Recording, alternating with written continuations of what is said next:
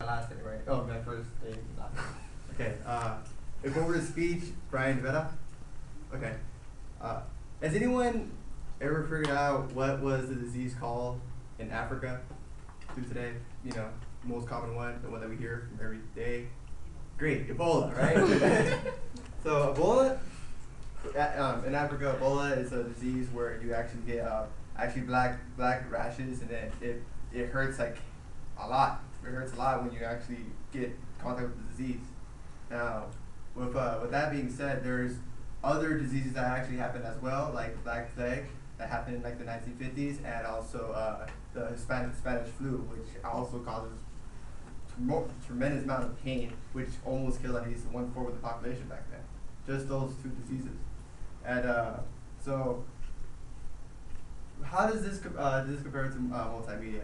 Well, in multimedia, there's a lot of things like stories, like TV shows, like for instance, TV shows as in The Walking Dead, where people actually, eat each other because they're zombies and because of some sort of disease, or like a movie like Dawn of the Dead, where people start going crazy. And who wants to see that in the future? Why would there be a pandemic like that? An apocalypse like that wouldn't be safe at all. Okay, so how does it deals with me? When my parents told me that I had a relative which he had a mosquito bite on his neck. I didn't know what was wrong with him, but he had occurred a black spot, black hole in his neck, and apparently the mosquito bite gave him the Black Plague.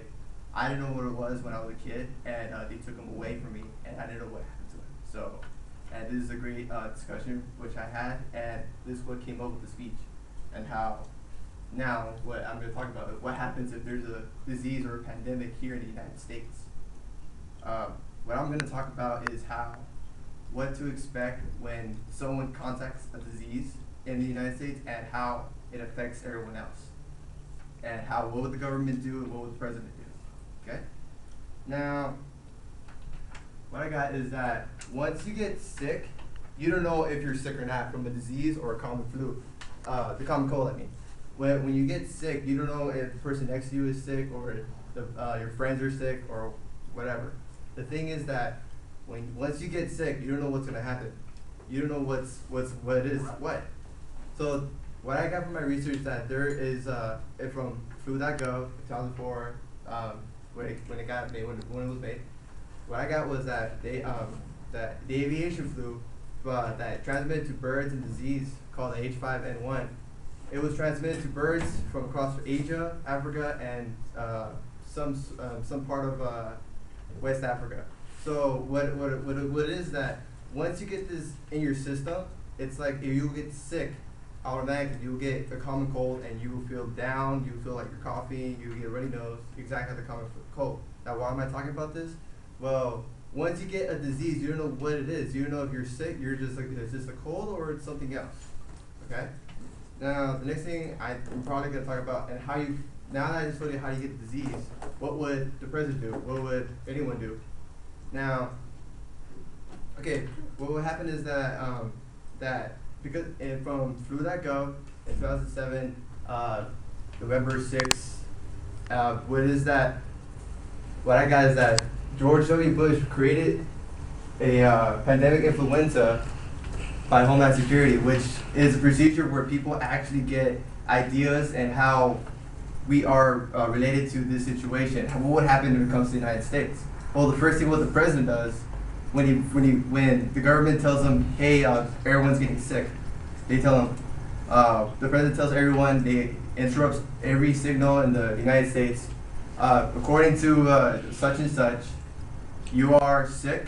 Some of you are still healthy, but be aware that you must be isolated from everyone else in case if you get sick. You must go out of your way from your loved ones and to have a safe journey around the United States. Now, we don't know who's affected, who's not affected, where is it, what part of the country. Los Angeles might be the whole entire city, and that's it, or everybody traveled to Florida and whatnot. Every time you get in contact with someone else, you will get sick. That's how the disease starts, and that's how it's represented in the United States. So anyone can get infected.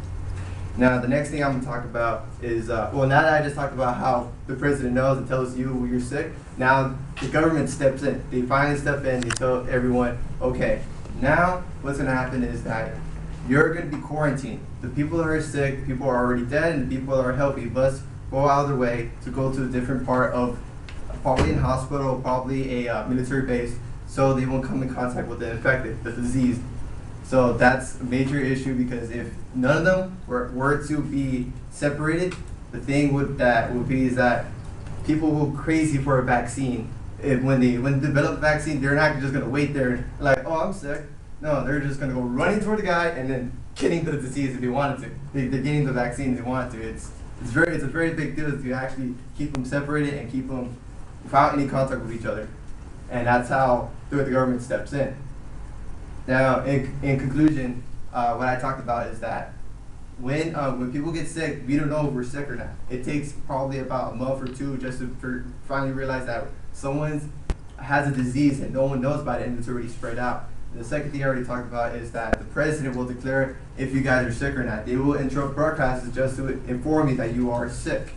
Now, the government will step in to control you guys to actually feel better about separating each other, so you guys will be healthy, giving out the vaccine. And what happens if everything fails? That has not been written on the pandemic influenza book that I read, and it wasn't written at all. So if something goes wrong, everyone's doomed. Now, the last thing I'm going to say is that what I researched is that the basic principles of society, if that's gone, if you're gone, if someone else in your family is gone, if someone can't pick up the trash and someone can, something's wrong. Something is very wrong. I read that if university students don't go to university and because they're sick, and there's a majority of them not going to universities, same thing as jobs, same thing as grocery stores, people are sick, and that's when the government actually steps in just to go, hey, you guys are sick. And that's the end of my conclusion.